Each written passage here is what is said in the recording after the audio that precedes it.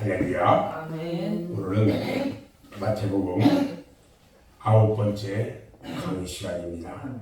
마태복음 2장 1절로 3절 말씀을 통해서 헤롯 왕이라는 제목으로 함께 말씀의 은혜를 나누려고 합니다. 예수님은 헤롯 왕 때에 유대 베들레헴에서 태어나셨습니다. 신약에 나오는 그 헤롯이라는 이름은요, 무려 7명이나 됩니다. 그래서 헤롯이라는 이름을 잘 구분하지 않으면 헤롯이라는 이름 때문에 성경 해석에 혼란을 초래할 수도 있습니다.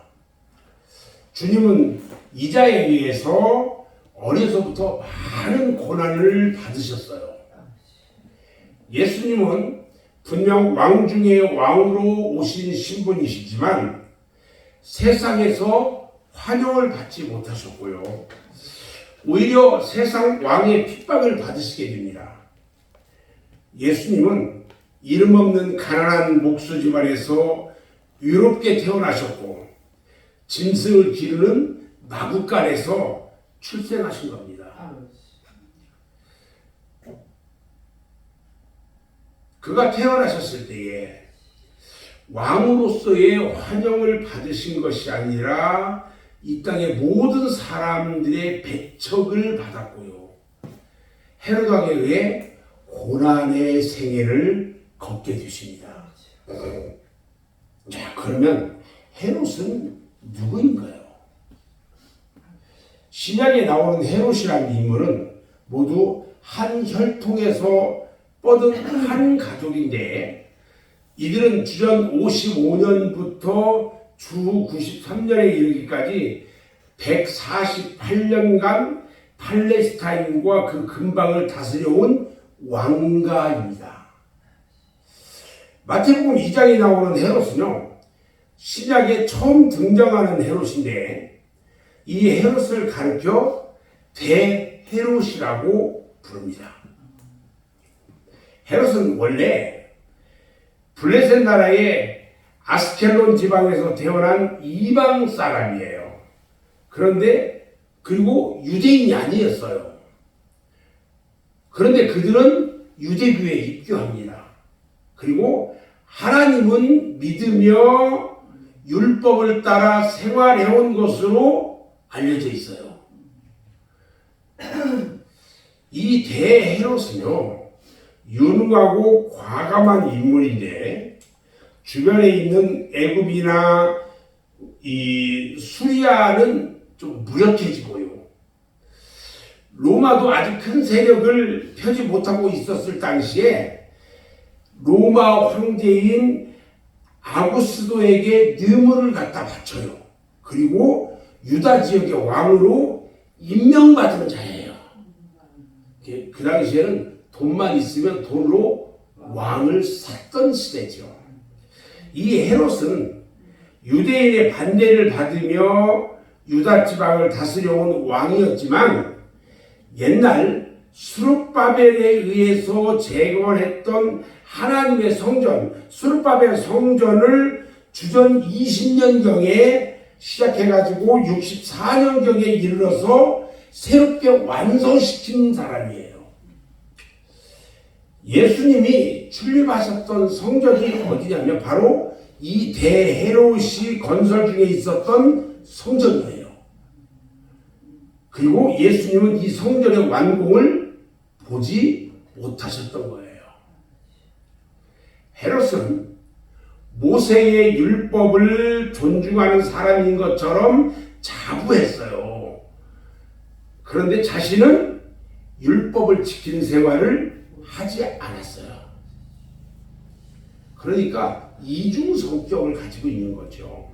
그는 성전 안에 신상을 세우거나 동전에 자기 그 화상을 그려놓지는 않았지만은 그의 생활이 방탕했고요, 권력에 집착했고요, 많은 죄악을 저질렀어요.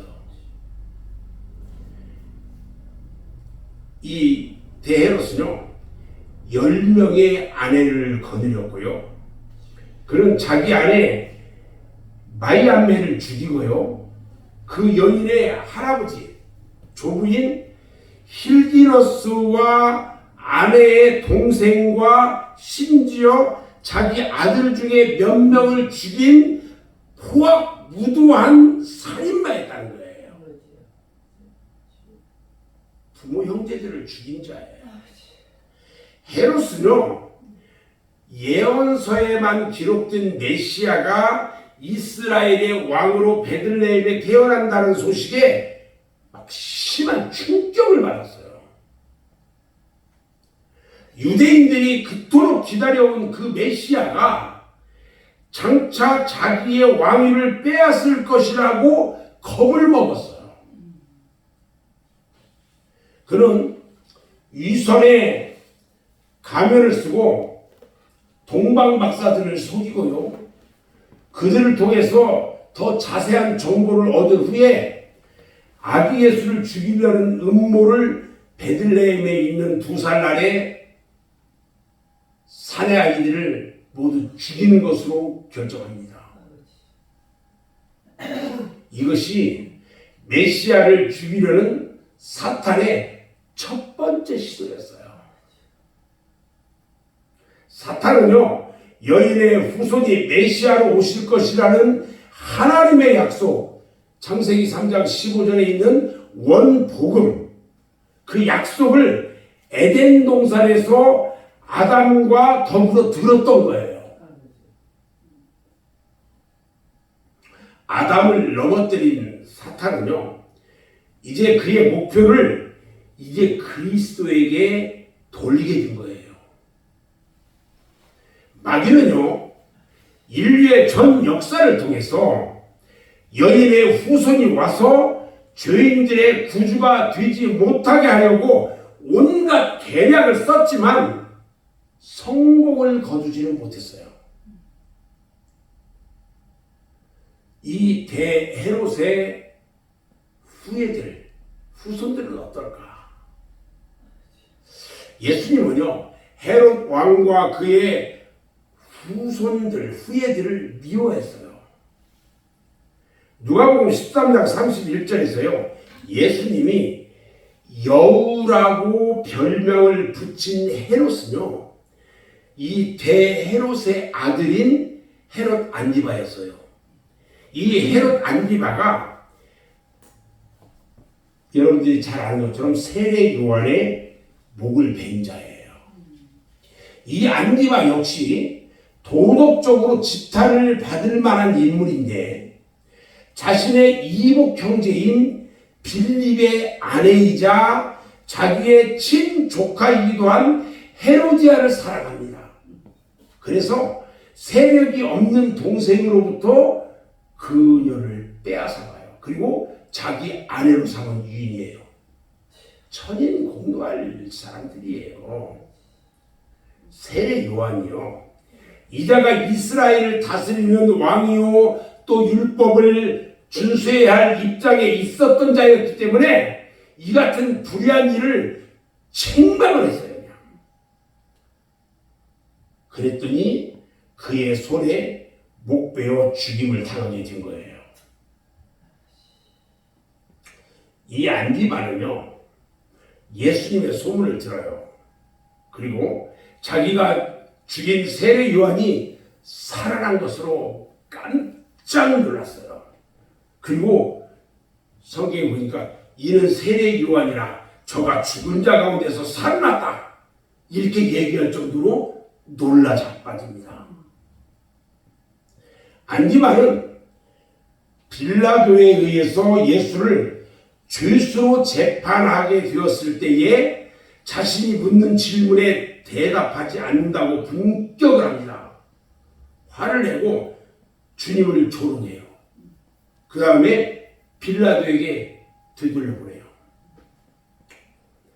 이 외에도요, 헤롯 아켈라오나, 이 헤롯 빌립 1세, 헤롯 아그리파 1세, 2세 이런 사람들이 있는데, 이들은요, 주님이 생존할 당시에는 나타나지 않은 인물들이에요. 예수님은요, 태평시대에 태어나 평탄한 중에 사명을 이루신 분이 아니었어요. 주님의 고난은 십자가에까지 계속 뛰어서요. 부활과 승천의 영광을 안기게 된 거였던 거예요. 오늘 말씀을 이제 마무리를 하면 우리도요 세상에서 고난과 시련을 당하는 일에 대해서 당연하게 여겨야 합니다. 너희가 세상에서 환난을 당하나 담대하라. 내가 세상을 이겼노라. 우리 주님은 말씀하셨어요. 우리는 주님을 위하여 당하는 현재의 고난이나 어려움이 장차 우리에게 나타날 영광에 좋게 비교할 수 없다는 사실을 깨닫고요. 주님의 발자취를 따라가는 저와 여러분 모두가 되기를 주님의 이름으로 축원합니다. 아멘.